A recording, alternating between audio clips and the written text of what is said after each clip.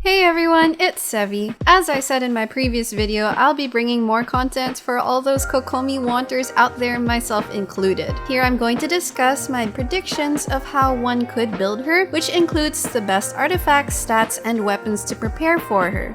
So before everything, a very important disclaimer. I'm not going to use any leaked information here. All I'm going to base my pre-release speculations on is what miHoYo has officially revealed about Kokomi's character, particularly during the 2.1 special program. Please note I will not be using any math for this either because there are no final multipliers out, so I can't compute yet how to min-max her. Of course, take these build predictions as options depending on what's accessible to you. So keep that all in mind and take everything I say with a grain of salt. With that out of the way, let's dive into my build predictions.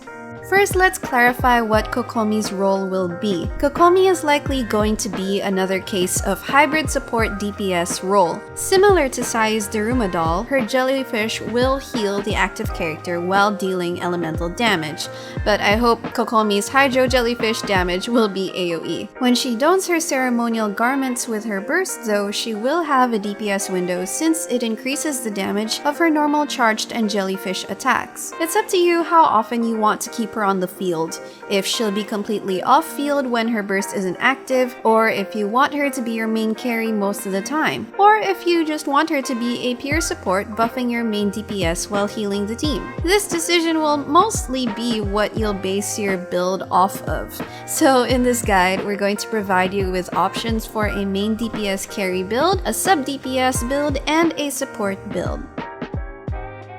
Since she has a negative 100% base crit rates, then we might assume that her normal and charged attacks will hopefully have a higher multiplier to compensate for this, but we can't verify what the exact numbers are yet.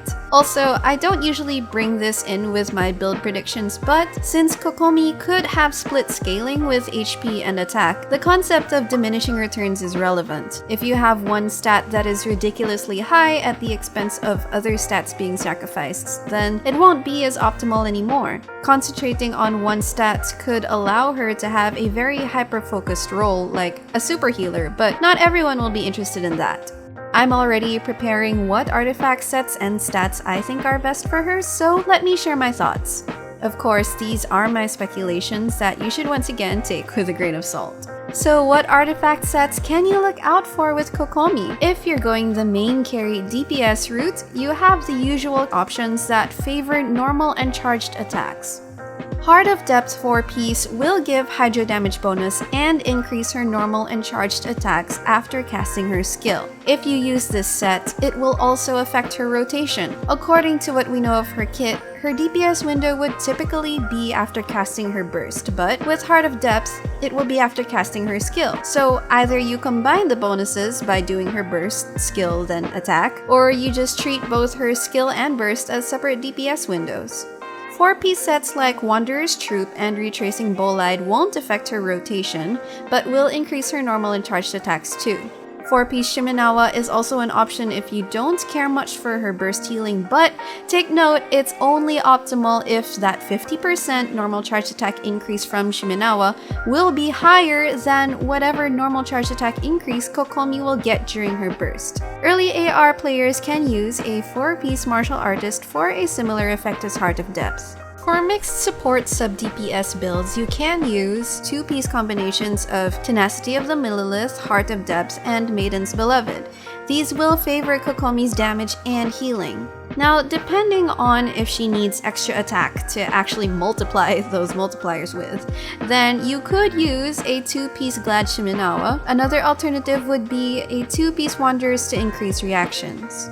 You can also, of course, opt for full support builds for Kokomi. A 4-piece Tenacity will buff your team when her jellyfish deals damage. You could also go for a full Maiden set to go pure healer. So I feel that, like Raiden, Kokomi is going to be another balancing act with regards to her artifact main stats in order for her to perform within optimal range. For example, if her damage scales additionally on HP, how much HP is too much HP? When does it become better to allot additional stats to Hydro damage bonus or attack percent? We know that HP will be an important stat for Kokomi, and potentially healing bonus will be too, but I don't want to rule out the value of attack percent just yet, and it's hard to give a definitive answer for these until we can see her final state, so my thoughts are more of educated guesses. For her circlet, the choice is among HP, healing bonus, or attack. If you're having a hard time choosing, then the default route is to go with the better substats. However, bear in mind that while you can get HP and attack as a substat, the only way to get more healing bonus is through the main stat. And if you want Kokomi to be a support healer, then healing bonus is the top choice. For the goblet, it's a choice among hydro damage, HP, or attack percent. Again, we can't say for certain which offers better damage and utility benefits without her final stats, but it's safe to say that you should keep potentially good artifacts with ideal substats.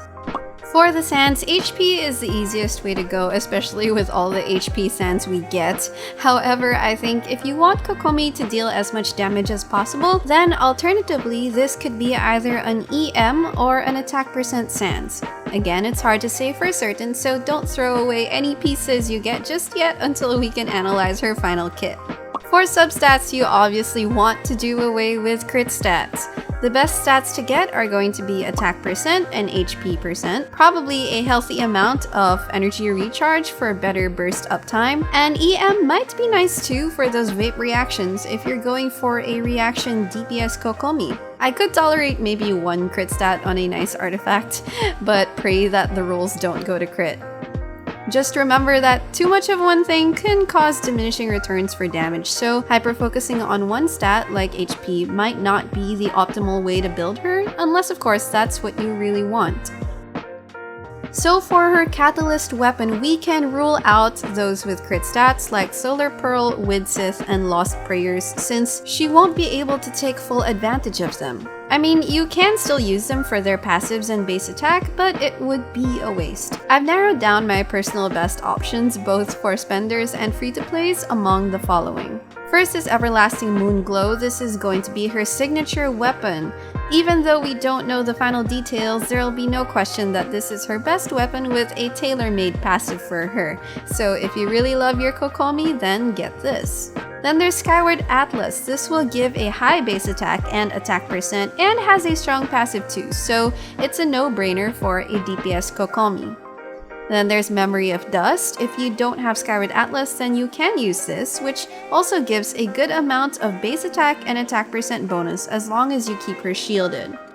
For 4 stars, there's the prototype Amber. This is a top free-to-play option for players, and it's the only 4-star that gives HP percent as the secondary stat. Its passive leans more towards increasing her support utility to generate energy and heal HP for your team. If you're going for a damage build, I'm not sure how much DPS you can gain from this, so we'll just have to see how her HP scaling works upon release. Then there's Dodoko Tales, which is another free-to-play option. If you were around for the special Dodoko event, then this is the best full free-to-play weapon since it increases both her attack and charged attack damage. There's also the Mappa Mare, which is free-to-play as well. This looks like a good option, but only if you plan to run a vaporized DPS Kokomi, which is possible with Xiangling or maybe even Thoma in the future.